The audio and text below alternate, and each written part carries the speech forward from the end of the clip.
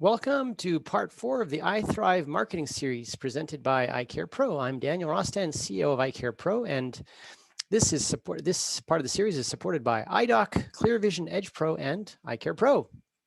Now, so far in the series, we've covered what kind of marketing and practice needs. Remember, identify what stage of growth you're at, what kind of new patients you're looking for. In part 2, we reviewed what social platforms to choose from and how to be successful at social posting. Part 3, we looked into all the user and Google experience optimization that you should make to get lots of new appointment traffic from Google.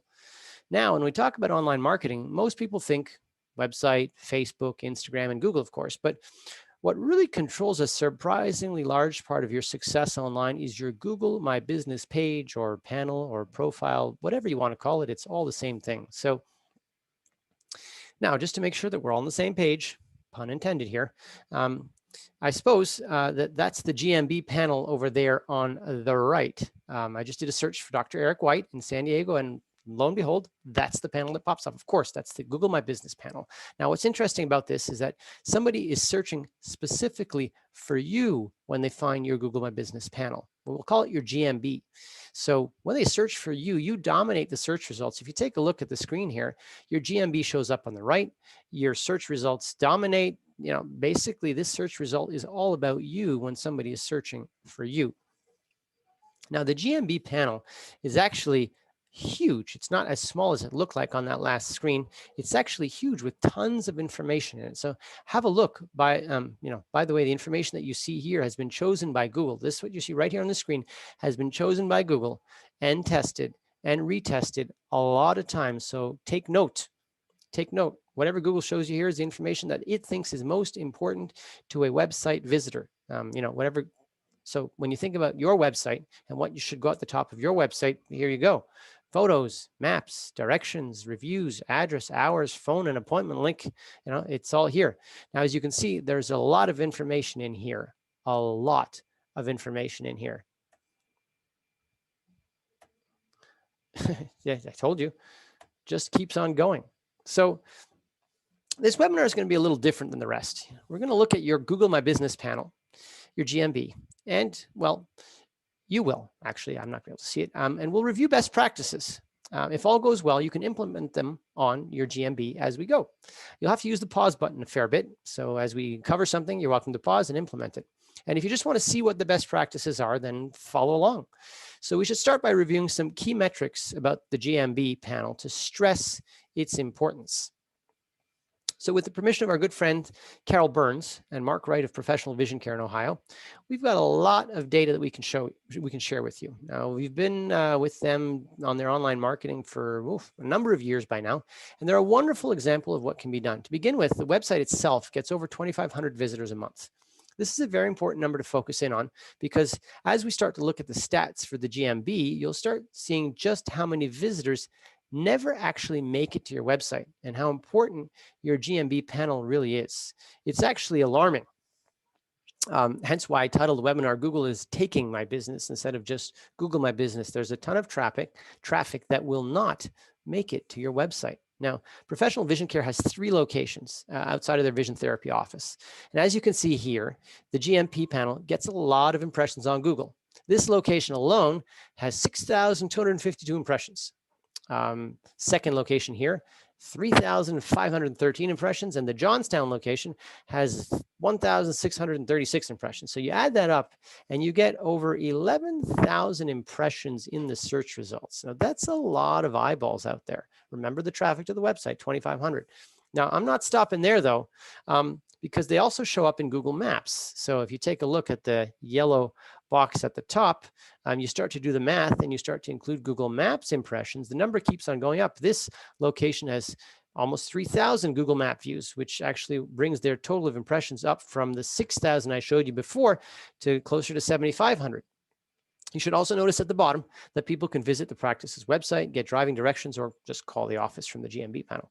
And Google tracks all that too. Second location, 4,404 impressions from Google. Third location, 1,955 impressions, 35 impressions from Google. All told, forget the 11,000 impressions. This adds up to over 13,500 impressions.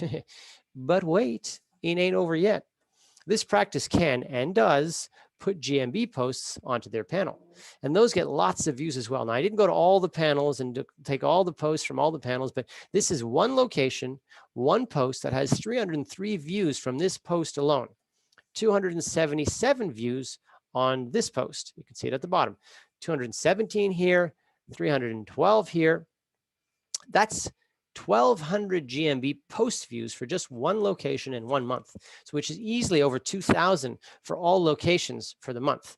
Now, just to really drive the point home, because I'm not done yet, they had 52,900 photo views on one location's photos, just one location. Now, I know what you're going to tell me, Daniel. A lot of these might have been the same person, no, viewing different photos and maps and posts and everything. And I say, okay, that's even worse or better, depending on how you slice it.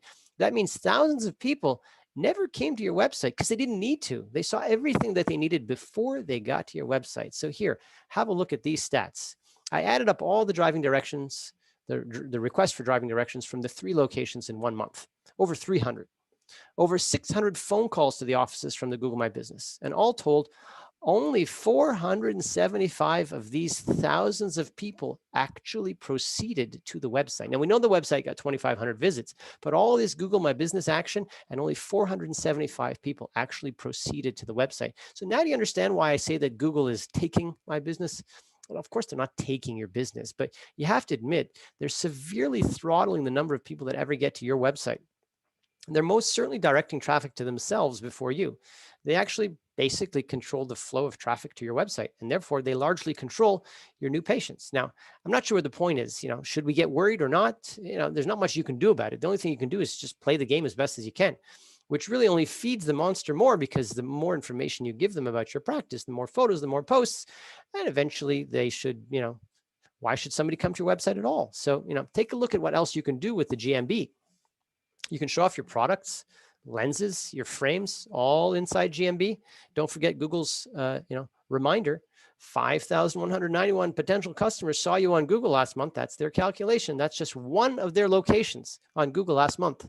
And services, yes, you can list your services here too. Lots of them. Professional Vision Care has about 20 services listed. Plus, you can have your appointment link on your GMB. Don't forget the importance and visibility of all those Google reviews. So there's just lots happening here.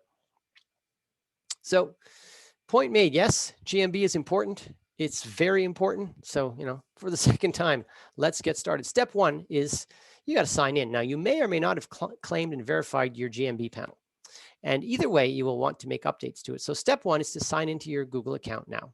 That's just your plain old Google account. If you don't have a Google account, you're not going to get anywhere. You're welcome to pause this presentation as often and as long as you need, but step 1 is to log into your Google account. Now, if you get stuck along the way, you're welcome to email me. Please email me directly. Here I am. I'll do my best to help you out. So if you're logged in, and you should be logged into your account, and ideally your account was the one that claimed the page. Now, once you've done that, you'll find that you'll find your practice on Google. So you got to go do a search. Go to google.com, search for your practice name and address, and you should see your Gmb panel, also known as your knowledge panel on the right-hand side of the screen. Now, you might want to use a computer to do this instead of a phone. If you've already claimed and verified your listing, you can see the green arrows pointing down there. You should be able to just edit your information. And at the top, it will tell you that this is your business on Google. So that's how you know that you've logged in and you have access. If you haven't claimed your Gmb, take a look at this example right here, or it has been claimed by somebody else, maybe a staff member or a partner, then you'll be asked if you own the business, and you will not have access to anything. But if you click on that link, you will see that if it indeed has already been claimed, you will get a hint as to what the email address is of the owner, or you will see that it hasn't been claimed, and then you can claim it. But once you claim it, you have to verify it. Either it's going to be a phone call from Google with the phone number they have to your office with some kind of confirmation code, or they're going to send a postcard that has a verification code in it. So my advice to you is that you make sure that you have access to your own practice Gmb profile. If you're working with a marketing company like ours, we have access to it as well. A golden rule to follow is never let your staff be the primary owner or owner of your Gmb listing. Everything might be fine for now with your staff, but I personally know of stories where clients have had their Facebook page just deleted by former staff. You can and probably should make your staff a communications manager of your listing, which you would do under the user menu, but do not make them an owner, for sure not a primary owner. So now the fun begins. You can see lots of arrows here. If you've logged in, there's a lot to do in this new GMB world. So the first is to set aside a good amount of time to fill everything in. I'm going to share some tips on how to optimize different areas in here. But before you even think about optimizing, you need to have everything filled in, plain and simple. So starting at the top, if you take a look, Google will review critical information. That's the getting started. They'll review some critical information about the practice with you to make sure that everything is up to date. Not hard to fill in, should only take a few minutes. Now, one screen that is obviously timely is their COVID screen. So that's choices that they give you. You can let Google know about your COVID policies, what they are in the practice, so that they can show them on your Gmb panel to let people know what to expect. So like I said, you got to fill in everything. Next up, you should make sure that you have a lot of good photos in your Gmb. Every single statistic out there, I'm talking all of them, they all agree that the more photos you have, the more clicks you will get, the more driving directions you will get, the more views. So photos are good. Now, but they are a little bit odd. For example, the logo, you can see the left choice here, you can add a logo. The logo must be a square images. Now, there's a decent chance that your logo is not square. If it isn't square, well, it just won't show up fully in your Gmb. It will be cut off. What's more, Google likes to use images and round off the edges like in a circle. So your logo will really not show up well at all. So you might have to consider getting a designer to redo your logo, not to redo it, but just to provide a version of your logo that is square. So like I said before, let me know if you need help. Now, there's some key images that Google specifies, like a video and an interior image. Here you can see that a good amount of photos include some professional staff photos, exterior photos. These are vital, plus lots of product shots, which are also good. This practice has 15 photos. You can add more if you want. Another oddity is that you can't specify what your primary photo is. Google decides that for itself based on what people interact with the most. So be careful. If you post a funny photo and people interact it with the most, that might end up being your primary photo. So next up, you can see the next arrow is create post. Actually, that's the fifth arrow from the right, starting clockwise. Posts. It shouldn't surprise you that posts are good for SEO. Posts increase the number of actions taken by people that find you. And if you post regularly, that positive ranking signals to Google in the same way that adding photos does. When people search on Google versus using a social media platform like Facebook or Instagram, the people that are searching on Google have a higher intent, meaning they want to get something done, versus social media. They don't always want to get something done. So they're more likely to engage with your Google posts. And of course, Google is always trying to combat Facebook every single chance that it gets. It's actually fighting with Facebook. So Google wants to put posts up here so people can actually follow your Google My Business posts and get notified of new posts and updates. Now, you can post pretty much anything you want to your Gmb. While I appreciate that this is a different platform than Facebook, I also know that people don't and won't regularly search for you on Google just to see what your posts are on Gmb. Therefore, I suggest that you simply take some of the strategies that we covered in webinar number 2 of this series and just reuse some of your social posts and post them to the Gmb. You do not need an entirely different strategy here. You might want to stay away from like the happy birthday posts and select some of the more professional ones because people look at your Gmb and it's a factor that they're considering into making a decision to become your patient or not.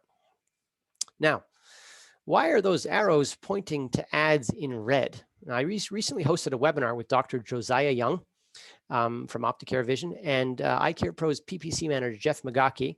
And the conclusion was that as of now, Google's AI, which is what powers the Gmb Google ads, are not yet effective at spending your money well. Now, don't get me wrong, they'll spend your money all right, but the results are not going to be as good as if a human was running the ads. So, it can't advertise for much outside of the norm, and it just can't adjust your key variables as well as a human can do. So for fun, you're welcome to click through the ad wizard just to see what it does. I did so.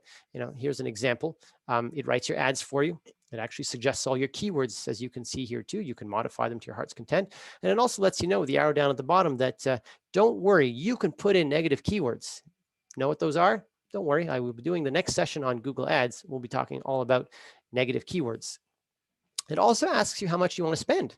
Only problem is that you have no idea what to compare it to and what the results should be or could be. So the good news is that in theory, yes, you can set up your own Google Ads if you watch the web. And if you watch the webinar I did with Dr. Young, he'll tell you that's exactly what he did. And he blew through the whole budget over a month, which won't happen here, obviously. But the bad news is that nobody's really going to be managing your ad spend for you. So it's not necessarily money well spent.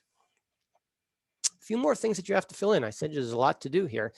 Your phone number. It's important to make sure that the address that you use, we'll get to the phone number in a second, that the address that you use for your GMB is your exact real address. Now, of course, we're going to use our address, Daniel. Why would we use a fake address? No, you're not going to use a fake address, but Google looks at that address and it compares it around the web to your address elsewhere to connect you to different citations. That's the SEO term for listings of your practice online. So if you might not always use your exact address, say that your practice is on the outer edge of town, which most people really think is in the next town over. So you might use the next town's name in your address.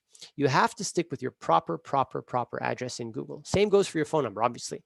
But we do this for a lot of practices, and you should consider doing this too. If you're going to use a call tracking number on your GMB, a call tracking number is a number that forwards to your office, and the staff answer the phone just as per normal, but you can get loads of data and functionality on a call tracking number. Anyhow, if you use a call tracking number, then Google actually allows you to put the call tracking number as your primary GMB, and then your actual practice number as your secondary GMB. So that's a good thing to have for your primary and secondary phone number. Continuing along the info section, told you there's a lot of stuff in here. You get to services, additional information, and finally your description. You can see it all down there on the right. You can see that the practice has lots of services in place. This is an excellent place to optimize, by the way. You can add a number of services here, and don't forget the optometrist portion of the practice and the optician portion of the practice as key headings. And now way down at the bottom is the most important part of your GMB, your business description. You can add about 1,000 characters to your description. This obviously helps Google learn more about you, but don't be tempted to stuff keywords in here. If you saw the last webinar and you learned anything about SEO, Google does not need that or does not want that. This should be user experience. Write a good description for the user. Yeah, the only problem is that your description is way down the screen. Yeah, that's how far down your description is. So not sure how many of the thousands of people get here actually. So you still should set your description though. So now we've covered in a quick amount of time a lot of things that you could do to manage your GMB. So perhaps you could say that the subject line of this webinar is maybe a little dramatic, but there's one point that I'm sure everybody got. Your GMB commands a lot of eyeballs. There is lots of traffic that comes through here. And yes, only about 10% of that traffic gets through to your website. Okay, maybe 20, which means that Google actually controls how many new patients your practice gets. So no matter how you slice it, they're in control. Mind you, that's the same for most businesses all over the world. They control all of them in terms of getting them traffic. Scary thought though, huh? Not that Amazon is any different, but let's not dwell on that. So clearly most of the work involved with the GMB is to be, at the very least, to fill everything in. Everything. Yes, there's some slightly technical steps, but they're not that hard to overcome. You just have to be diligent and stick with it. Now, that obviously makes Google happy. And when it sees that you have everything filled in, that's great. But if you think that it is set it and forget it, well, forget it. That's not really using the GMB to its potential. You have to keep on posting. You have to keep on adding photos, adding posts, add more Q&As. You have to always be tweaking, always come in there and be updating. It all helps. Now, not that a lot of practices have time for all this, but Google rewards content. So you basically have to play the game. And my last piece of advice, as you probably would guess by now, is I would not use the ads that are built into GMB. Have you ever told a patient, don't try this at home? And the patient thinks to himself, yeah, sure. I know you don't want me to try this at home because you want me to have to come back into the office again instead of doing it myself. Well, you know that that's not true. You're really trying to help the patient. So same here. Don't use these ads. It will not be money well spent. That's why next up in the series is find out all about Google Ads, often referred to as instant SEO. Google Ads is a game changer. It instantly levels the playing field. So let's learn all about that in part 5 of the series. So thanks for watching, everybody, and we'll see you online.